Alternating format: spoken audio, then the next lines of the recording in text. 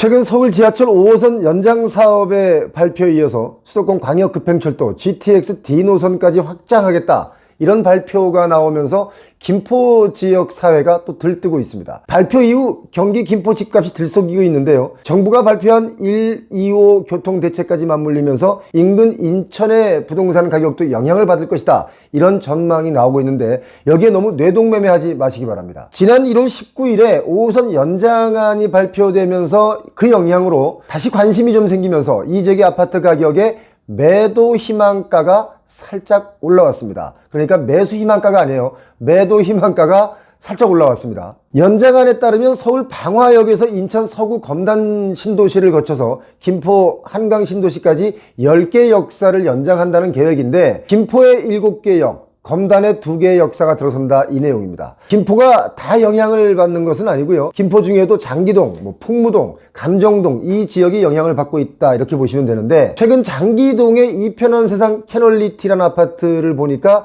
입주한 지 한 8년차 됐는데요. 전용 84제곱미터가 최근 실거래가가 5억 7천만 원 선에 거래가 됐는데, 5호선 연장안이 발표되자마자 호가가 살짝 올라서 6억 중반까지 치고 올라왔습니다. 이건 매도 호가입니다. 파는 사람이 난 이 가격에 팔래? 라는 뜻이죠. 바로 옆에 지은 지 한 13년 된 장기동 한강 신도시 초당마을 중흥 S클래스 리버시티라는 아파트가 있습니다. 아파트 이름 참 기네요. 여기 전용 84제곱미터가 실거래가가 4억 6천만 원 선이었는데 호가가 한 4천 오른 5억 선으로 매물이 또 나와 있습니다. 집주인들이 하나둘 호가를 올리고 있는 거죠. 그나저나 이 아파트 이름이 참 깁니다. 장기동 한강 신도시 초당마을 중흥 S클래스 리버시티, 이게 22글자입니다. 이왕에 짓는 이름 좀 더 길게 지어서 사람들이 웃겨서라도 좀 기억하게 했으면 좋겠는데, 예를 들면 장기동 한강 신도시 초당마을 중흥 S클래스 리버시티 김수환무 거북이와 도루미 삼천갑자 동방석이 살기 좋은 레미안 원베일리 헬리오시티 아파트보다 더 좋고 한강 신도시 운암 퍼스트빌 아파트 옆에 있는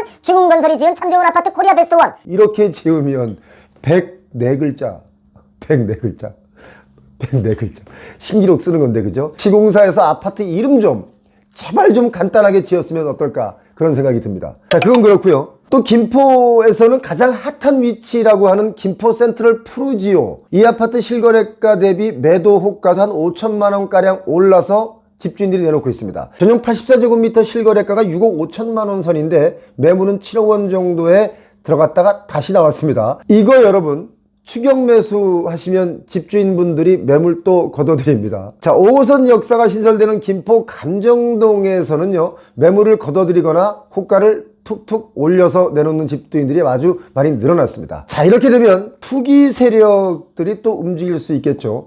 한두 채 급매물이 팔리고 나면 가격 상승으로까지 이어질 가능성이 있습니다. 그렇지만 추격 매수는 위험합니다. 왜 위험하냐? 지하철 5호선 연장 아직 시간이 많이 남았습니다. 제가 김포시 아파트를 임장 간 영상 여러분 많이 보셨죠?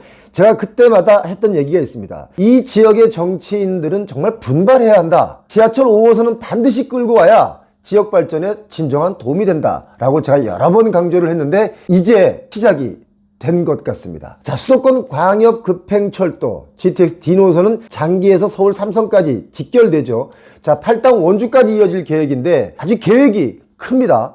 자, 5호선 연장과 GTX 개통이 맞물리면서 검단 신도시의 매매가가 좀 올라갈 것이다, 이런 기대들을 많이 하고 있기 때문에 집주인들은 매물 가격을 좀 올리고 있는 거죠. 자, 불로동 볼까요? 불로동 제1풍경채 검단 3, 이 아파트는요 240가구 모집에 1675개 청약 통장이 몰렸습니다. 그래서 44대 1로 경쟁이 기록됐죠. 그런데요, 5호선 연장이 되고 GTX가 들어오면 김포는 분명 좋아집니다. 그런데 그런 이유로 지금 이 시간에 집값이 들썩인다, 이건 좀 문제가 있습니다. 제가 앞에서 말씀드렸다시피 아직 시간은 좀 많이 남아있고 넘어야 할 산도 남아있기 때문에 마치 지금 당장 개통하는 것 같은 느낌으로 아파트를 바라봐서는 안 됩니다. 다른 지역의 경우는 초역세권의 경우라 할지라도 지금 대세 하락 중인 곳이 아주 많기 때문에, 물론 김포는 없던 지하철이 들어가면 정말 좋은 호재가 되긴 합니다만은 그럼에도 불구하고 바로 달려들면 안 됩니다. 아무튼 별탈 없이 이런 여러 가지 교통 계획들이 잘 진행돼서 우리 김포 시민 여러분들의 교통 인프라가 더 좋아지길 기대를 갖고 응원 드리겠습니다. 자, 이번에는 아주 좀 특이한 경우의 사례를 제가 여러분께 소개해 드릴 텐데요. 이게 사실 시행과 시공의 문제입니다. 아파트 건설을 위해서 프로젝트 파이낸싱을 받아야 하지 않습니까? 그 과정에서 이런 경우가 있습니다. 시공사가 크게 나왔습니다. 만약에 미분양이 나오면 그 미분양 물건을 내가 전량 사드리겠다, 이런 조건을 내건 사례가 나왔는데, 한 줄로 설명을 드리면 부동산 PF를 잘 안 해주니까 걱정하지 마라. 만약에 미분양이 나면 시공사인 우리가 미분양을 다 사겠다. PF를 다 갚을 수 있으니까 빌려달라 라는 뜻입니다. 자, 인천 송도 국제도시에 들어서는 송도 자이풍경채 그라노블 이 시공사는요, 약 6천억 원 정도의 PF 조달을 진행 중인데, 이들이 최근 금융업계에 돌린 투자 설명서를 보면 시공사는 PF 대출의 금융 조건으로 책임준공은 뭐 아주 기본이고요, 미분양 시 대물 인수를 적었습니다. 미분양 물건이 있을 경우 시공사 컨소시엄이 대출 만기가 돌아오기 전에 이 물건들을 우리가 모두 인수하겠다, 이런 뜻입니다. 그러니까 안심하고 빌려달라 이 얘기죠. 자, 그런데 만약에 미분양이 나면 대물 인수 규모가, 이게 금액이 얼마냐면 한 2조 7천억 정도 됩니다. 이렇게 되면 어떤 일이 벌어질 것이 예상되느냐 하면요, 약 한 1조 원의 시공사 공사비는 뭐 상계 처리를 하더라도 추가로 1조 원 넘는 재무 부담이 생길 수가 있습니다. 왜냐하면 여기 분양가를 보니까 전용 84제곱미터 기준에 한 8억 초반 중반대로 추산이 되는데, 최근 인천 지역, 송도 지역의 아파트 매매 심리가 사실상 상당히 좋지 않습니다. 그렇기 때문에 청약 성적이 이걸 정말 잘 될 것이다 라고 담보할 수 없거든요. 좋지 않을 수 있습니다.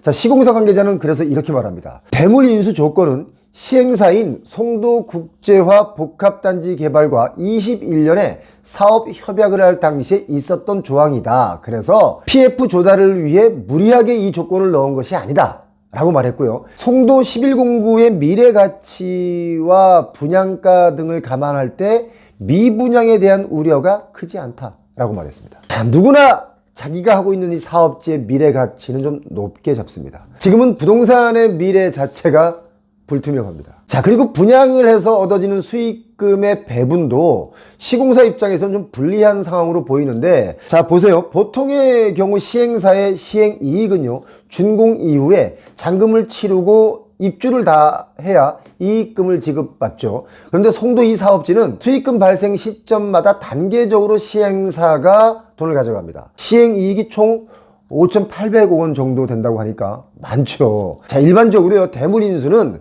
공사비나 뭐 이런 것을 받지 못했을 때 그 비용으로 대신해서 아파트나 이런 것을 인수하는 것을 대물로 받았다라고들 하죠. 근데 이게 어떤 문제가 있냐면요, 장부상에는 받아야 할 돈 대신 물건을 받은 개념이기 때문에 부채나 우발채무로 잡히지 않습니다. 그러니까 장부상에는 아무런 문제가 없는 거예요. 자, 미분양이 나면 내가 다 사드리겠다. 이 시공사 어떤 자신감으로 이렇게 할까요? 사실상 시행이나 시공의 이익은요, 우리가 상상을 초월하는 퍼센테이지입니다. 어떤 사업지는요, 분양이 50%만 되어도 이익이 나는 곳이 있기 때문에 미분양이 났다고 해서 뭐 금방 망하는 것이 아니죠. 폭리를 취하는 사업장도 있지만 또 이것저것 비용 지출이 되다 보면 남는 게 없는 개발지도 있는 것은 사실입니다. 다만 부동산 버블 위에는 반드시 폭리를 취하는 곳이 존재하기 때문에 이 버블은 쉽게 꺼지지 않고 있다, 이렇게 봐야 됩니다. 폭리, 이익을 많이 보는 사업지가 거의 대다수입니다. 자, 시행사들은 이렇게 얘기를 합니다. 폭리가 아니다. 그만큼 위험을 감수하고 하는 사업이기 때문에 그런 걸 감안한다면 그 정도 이익은 이익도 아니다, 뭐 이렇게 말하는 분들도 있습니다. 자, 그럼 여기서 한마디 해야죠. 어차피 처음에 시행사가 사업을 할 때는 리스크를 감안하고 하는 사업입니다. 그렇지 않습니까? 리스크가 발생하면 본인들이 책임을 져야죠. 왜 나라의 손을 빌립니까? 이익이 나면 사유화하고 손해가 나면 사회화하는 것은 어떻게 설명을 할 겁니까? 자, 분양이 안 되는 가장 큰 이유 뭘까요? 비싸기 때문입니다.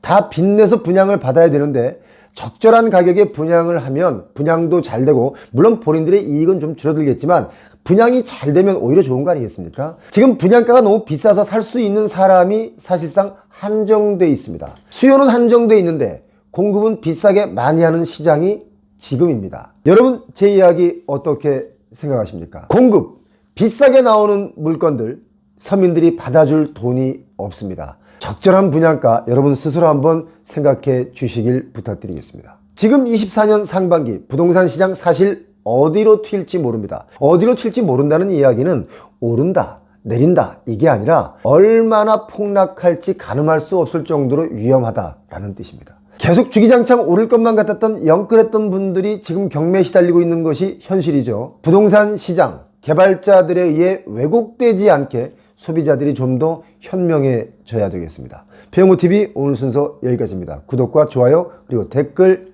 부탁드립니다.